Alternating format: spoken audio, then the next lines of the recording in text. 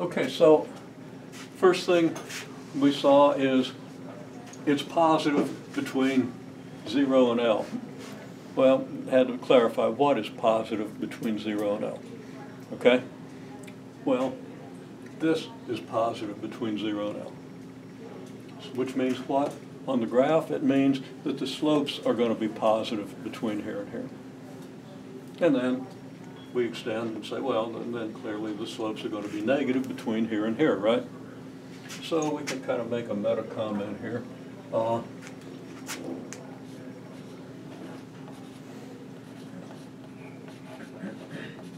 Positive slopes here.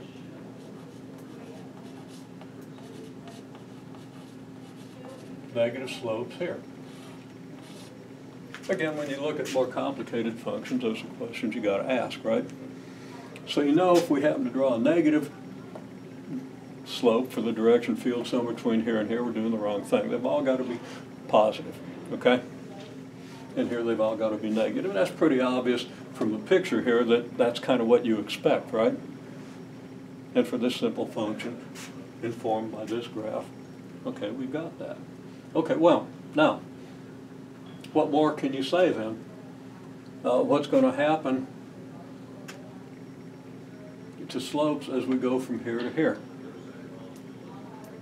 Well, it kind of looks like they ought to be increasing the higher we go, right? Is that confirmed by this graph, or does this graph drive that insight? Could you talk about? They're increasing before L over 2, and I guess the grade of the slopes would be decreasing after L over 2, but they wouldn't be negative. Okay, now why would they be increasing? Not because it looks like from here that they ought to be, and then decreasing, right? It looks like that ought to be the case, but is there something about this graph that tells you that that's really what's going to happen? You have a maximum at L over 2, so it can't ever go greater than that. Right. So after L over 2, it's going to have to slow down a little bit. And Well, before it. Is that what this curve tells you? So let's just focus between 0 and L over 2. What happens to this graph here between 0 and L over 2? It increases to a maximum point. Okay, well this increases and hits a maximum here, right? What's this represent? Well, it's the value of this, right? And what's the value of this have to do with any of this? Well, your rate of change is proportional to this thing, right? And your rate of change is what? Represented on this graph, it's the slope. So, since this thing is increasing from 0 to L over 2,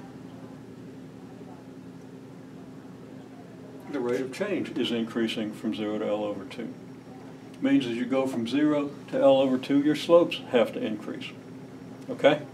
It tells you even more specifically, the slopes increase, they have more increase between 0 and L over 4, let's say, halfway between 0 and L over 2 than they do from here to here.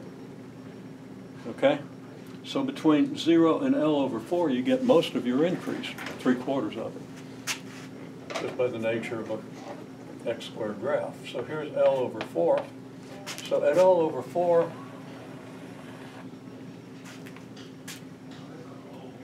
our slope gets up to about 3/4 of this slope. Okay, so it slopes increase pretty rapidly. Let's make that look something like this. Clearly, a lesser slope, but not all that much less. And you can play around with just what 3/4 of the slope would look like. I haven't done a very good job of it. Okay. Now, if we're drawing a more detailed field with a bigger scale, then we could even go down to subdividing the interval from here to here and here to here and draw a couple more horizontal lines, get a more detailed direction field. But it becomes pretty clear what the direction field is doing, okay? Then, on the other side, well, this is symmetric. By the symmetry of this curve, this function will take the same values at 3/4 L that it did at 1/4 L. So here at 3/4 L, and I'm not going to draw, I'm not going to label that because we're getting crowded here. But we're going to have the same slopes that we did here.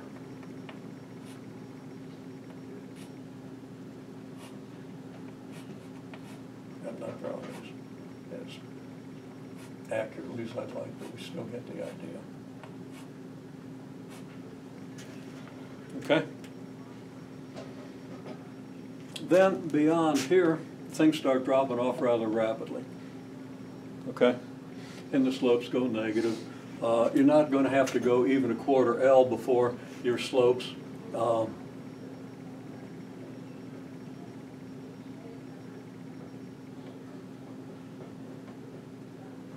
what I was about to say, and I don't want to go into that detail.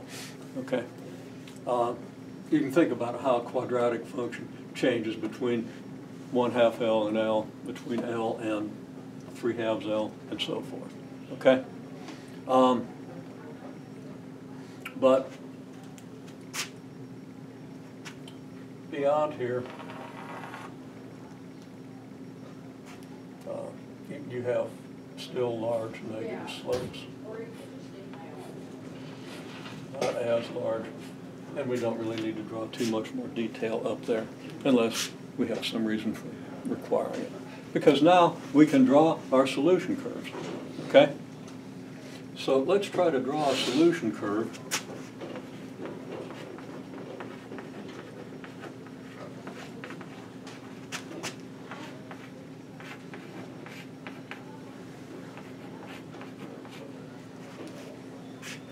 For P of 0 equals L over 4.